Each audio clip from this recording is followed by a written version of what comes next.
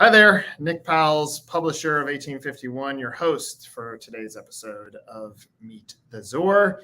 We're talking to Craft Axe Throwing coming up next.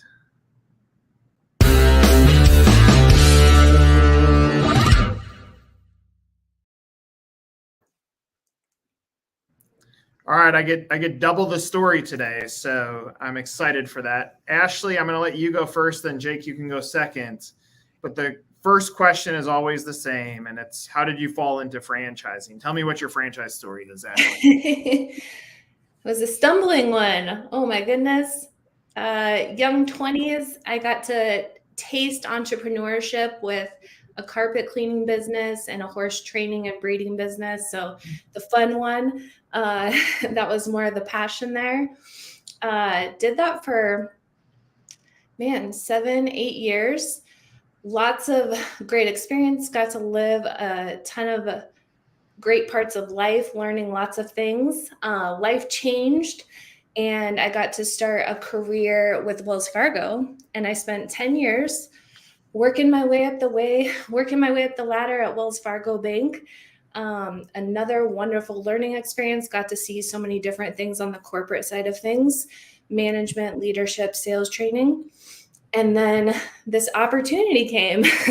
After COVID, I was ready for a change and looking for something new and just a different way to expand my skill set. And this opportunity came up to help lead the way of growing this business with franchise locations. And I said, let's do it. So I've been learning a lot for the last year and still have a lot to learn. So it's been fun.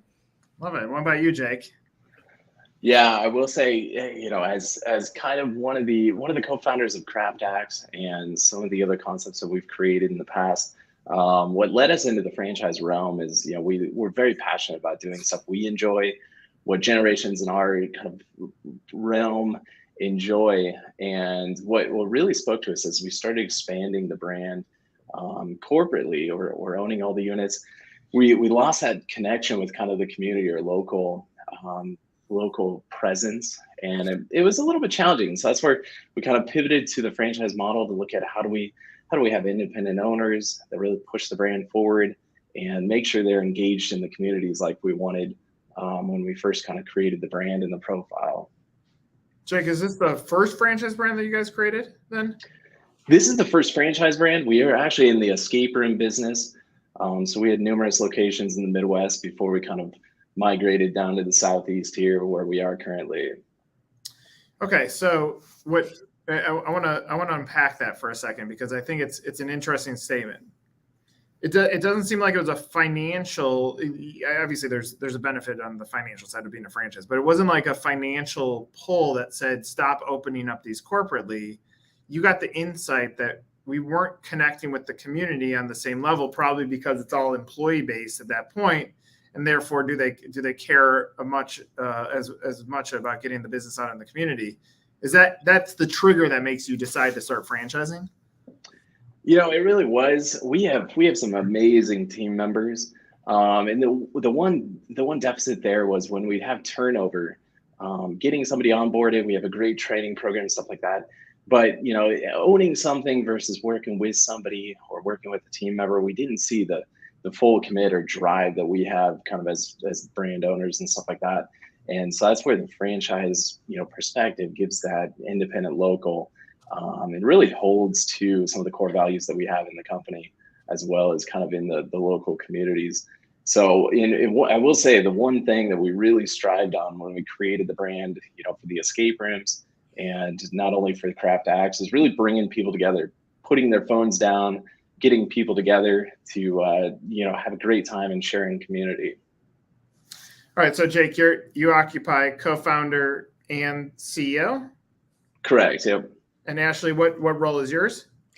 I hold the title of Director of Business Development, so primarily focused on our franchise sales, but then I also get to help lead our locations in their current marketing and networking efforts as well. Love it. All right, so Jake, when you decide to franchise this thing, how does the dream shift? Like, what is the dream for outcome as a franchise brand now? Yes. Kind of our current dream is, not only growth within the Craft X brand, but we want to expand into a few other ideas and concepts that we see as kind of continual innovation into the experience and entertainment space. So we love this space just because, it's not only growing, but it's another great area to kind of pull people together. So the axe throwing is an amazing sport, as well as just bringing, social entertainment into kind of the purview of many others. So the dream, again, kind of the dream for us is really expansion of not only the Craft X brand, but other entertainment concepts we have in the pipeline. I would imagine part of the insight that you're seeing is the customer behavior. So how do we get more wallet share by adding more things that they're willing to do? I would imagine the customer base is very similar on both escape and on axe throwing. It is. Yep. Yeah, and that's where, numerous years. So we're running on close to a decade of experience just between those two brands, and multiple different markets. We've seen stuff from, our typical user is 25 to 45 is our target, but we have guests that come in from 10 to, I think our oldest guest was 92 for the axe throwing. And so we have a lot of customer data just because of the waivers that we've seen and the marketing intel that we're able to kind of capture across the board. So it's very interesting and studying that. Ashley, with your story, were you a franchisee with carpet cleaning and horses, or was it just pure business? Yeah, it was just businesses that we had started up. Yep. And for clarification, did the horses use the bathroom on the carpets, and that's how you were able to get into carpet cleaning business? Those seem very different. Yeah, they were really different. Yeah, horses were my husband at the time, his lifelong passion as well as mine. So it was just kind of natural that it turned into a business opportunity. So just something that we really loved doing and personally loved spending time on. The carpet cleaning company was something that we decided to try. We saw the opportunities in it. And yeah, I mean, I was talking to people setting the appointments, not so much cleaning the carpets, but the other business partner there loved that, the science of it.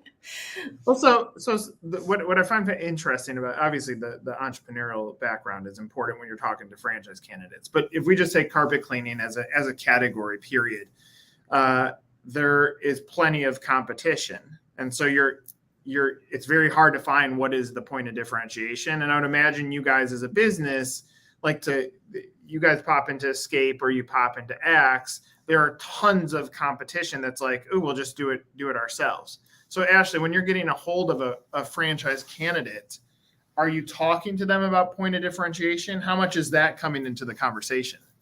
I think that's such a big deal. And the first thing that always comes to mind for me is people. People make the difference. And that's actually one of our core values at the company. But whether it was carpet cleaning, horses, or craft axe throwing now, it's the people that make the difference and are the true differentiators that are that starting point. And that's why I really believe in this company, just because you have founders that have constantly looked for innovative ways, been at the lead of this industry, and really care about putting people into business and doing it the right way, making sure people are learning how to be entrepreneurs if they didn't have that experience before. And then same thing when you walk into our locations, that experience should be very different than a lot of other entertainment places where our team members have that care for the customers coming in and that they want to see them have a memorable time and it's special. Jake, anything you want to add on point of differentiation? Yeah, from what I've seen, in specifically to the axe throwing industry, there's, I would say, a little bit of competition, and then you always have those kind of individuals who want to, start up an axe throwing.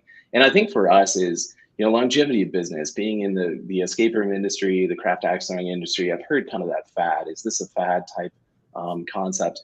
And I will say, like, being an entrepreneur, year 2, 3, independent, that is challenging at times, just because you're running into those new hurdles, challenges. That's where the differentiator for us is we have the experience having, close to a decade between the two business models, seeing what it takes to take, the sales to the next level, the marketing to the next level, and really reinvent anything that may come up in our space. So differential wise is more that experience, and then how we attack it. So we're very much 60+% of our time is focused on the guest experience, our product, the quality of that, our team, and then not only, obviously marketing and how do we stay engaged in the community as far as that goes. So what I love about this question is, one, if I'm the two of you, I go press replay on this answer. Yeah. What you said is vastly different than what I have on the screen. And so you think about any human being that happens to land into your franchise site and says, maybe would I be interested in owning this thing? You just gave me such a clear position. You gave me the why you why now on, look, we've been doing this for a long time. We understand the industry. Look at the leadership behind this brand and look how we're going to support you. And then you got into who the customer is and how you're extracting data that nobody else can pull. None of that's found on your current website. And therefore you go push replay on this and say, let's reshape this. You have the blueprint. But I think a lot of franchisors run into that. The blocking and tackling of check. We have a website that people can inquire. And yes, it does say something on there. But what you just said was so impactful that I don't think you're selling just to people that would have interest in buying an entertainment type franchise. You're selling to anybody that has the right that are properly financed, that could say, yeah, this is something that I can get into, because brands don't sell brands, people do. I'm buying from you guys. Right. No, I think you're 100% spot on. I've got to reevaluate some of the things on the webpage for sure. How many franchisees do you guys currently have? So we're sitting at 3 that are onboarded, 2 that are open, and then 1 that's in the progress. And then most of our others are corporate stores. So when did you guys officially franchise? So the first kind of creation of the franchise, which I will say the emphasis for the first couple of years weren't pressing, but it was in the 2021, early 2021. So if you think about where you're at today, how does that align with what your expectations were going into being a franchisor? Yeah, I would say we had a major focus for our corporate stores and growth. So we still had corporate stores that we were putting in. And then we've really kind of pivoted towards that. So we were in the kind of the building blocks of the franchise system. And now we're at kind of the stage 2 of looking at, how do we make the whole jump from corporate stores to moving those into franchise units and really accelerating kind of the franchise sales from there. So I would say in the past year and a half, it's been that pivoting, moving, all the resources towards the franchise element and more of that growth perspective. Expectations wise, I would say, we've definitely been in the industry for a little bit as far as the axe throwing. Moving into the franchise, it was kind of a pivot as far as what and how you attack business. A little bit different than, going in and setting up a great team and really making sure that the whole training process there for our team is set up. Now we're working on the other thing is how do we make these business owners the best that they can be. And I will say I'm very particular in how we attack growth. And so as we started moving towards corporate stores, we wanted to make sure we had a great product coupled with a great team. So we can have a great product and our team isn't there, and I think the business would suffer. And so we're very much attacking the same thing in the franchise realm, is making sure we have very quality franchisees as we're bringing them on. So we're very selective. We haven't onboarded a lot of smaller communities that have expressed interest because we value and want to make sure they're successful. And if we do bring one on, we'll make sure we've tested the water in smaller markets before we really start onboarding more of the smaller markets that are interested as well. Well, I think that's, even what I was hearing on Ashley's statement of what her role is, it's like, let me go find the franchisees and then let me make them successful. Just that you have someone in the seat of saying, how can I provide more scaffolding, gives you another tool that will help a franchise buyer feel confident in where you guys are trying to get to. For either of you, I want to just switch into the ghost candidate, someone that's either looking at you guys now and has happened into this video or has been watching this video and is interested. Anything else you want them to know about the business that we haven't talked about? I think a huge piece that we love talking about, especially in the franchise space, is the flexibility that's really available in the brand. they really get to make it match their community as far as some of the aesthetics and the types of things that they bring in. And then once you get past kind of that design point, I think another huge piece that we're really passionate about is just how involved we get to be in the community through this kind of space, being that space where community members can come in for all sorts of types of events, and they're celebratory events. So it's just memorable and special, and a lot of times can make an impact through some of the nonprofits that are in the area and things like that. So I think that's something that we really look for at times in a franchisee, especially if they want to be more in the owner operator realm, that they want to be out there in the community, giving back, involved, and then opening their space for people to come in. I think that's a great statement, because it goes back to what Jake was saying. Part of the gap was for if you guys continue the path of just being corporate business, like what you just said, Ashley. I think for someone listening to that, you have to have that mentality of being a part of the community. Jake, anything else you want a candidate to know? Yeah, and I think to dovetail on that, my original partners and I, obviously when we started expanding corporately, we wanted everything so we could really control all the variables and have all the information on a whim on our phones digitally. And so we come from a little bit of a tech background, a little bit of a marketing background, and so that's why we're very engaged on that stuff. So the systems and process we built were to really scale the corporate growth. And that's where we really started seeing, okay, these would be amazing tools as a remote franchisee, as somebody who's maybe part-time in business. Maybe they don't want to be a full-time manager, so on and so forth. And then obviously when we were multi-state, we had the furthest location we had away was 17 hours away. We had to become very efficient and make sure we had the training in place for these remote managers, for these remote teams, and then make everything very simple. So make it so start to finish from the guest experience, we have very organized ways to do stuff. So that's been one area that we've really strived. As we developed out kind of the corporate standard operating procedures, we built everything so it could autonomously run and make sure that we have all the tools and resources for our local managers to alleviate all that stuff. So again, kind of to speak on remote ownership is one that we really worked with. Our first franchisee that signed on, he actually didn't want to be involved. He had a great job. He's like, but I love the business model, sees the growth in the experience industry. And to this day, he hasn't really done any managing. He just goes in and looks at the numbers, talks to his local manager, and has a great relationship with that kind of ownership model. So out of curiosity, because if I go back to the first statement that you're making is corporately, we noticed there was a gap in the community relationships. Are you finding that in that business scenario that the franchisee being local to the staff ends up being the difference maker, that they can encourage the staff to go do the work? Was that the missing component? See, and that's what we kind of struggle with, is we weren't able to actually get to our locations all the time. So again, 17 hours away, I'd be on a flight, just to go see a manager, or driving, so on and so forth. And so I wouldn't get that connection with our teams and to encourage and kind of step in and go, hey, let's go to this event. Let's look into this one. And then also the other aspect is I think we missed out a lot on, getting involved in the communities if we're not there. So one of our locations in Lincoln, Nebraska, we've got, we used to have an amazing football team. There's all sorts of stuff that happens in the fall. And, our managers maybe weren't football fans, or they weren't engaged there in some of the great scenes downtown and kind of that college game day atmosphere.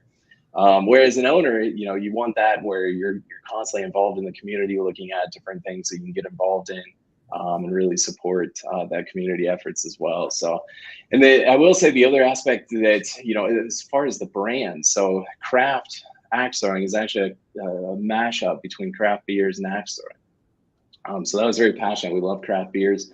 We love looking at all the breweries, supporting how do we run events together, and just really sharing kind of those brand awareness across the board locally, and not only locally but regionally as well. But so that's kind of where we landed from that localized, and making sure that we have a local presence for independent business owners and whatnot.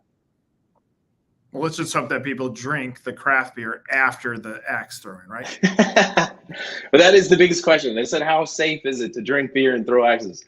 I said, well, yeah, we've never had an accident, knock on wood. So, but we have a great time doing it.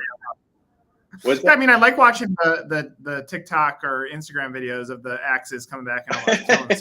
Those are enjoyable to watch. I don't want that to happen with you guys, but I'm going to close and say this because I think it's important. I think part of the magic in franchising, the blueprint isn't always written out, but if I'm a franchise buyer, I like looking at a corporately backed business because that means the cash flow is there to actually support me versus an emerging brand. If you said, look, we opened up one of these and started franchising and had no cash flow coming in, the odds of you supporting me in the level that I need to be supported diminish. It doesn't mean it can't happen.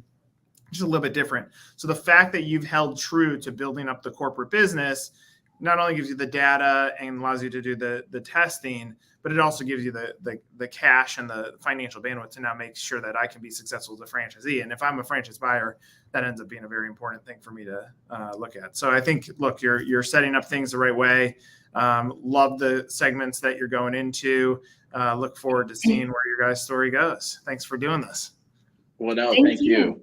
Yeah, thank you so much, Nick. Of course. This is another episode of Meet the Zor.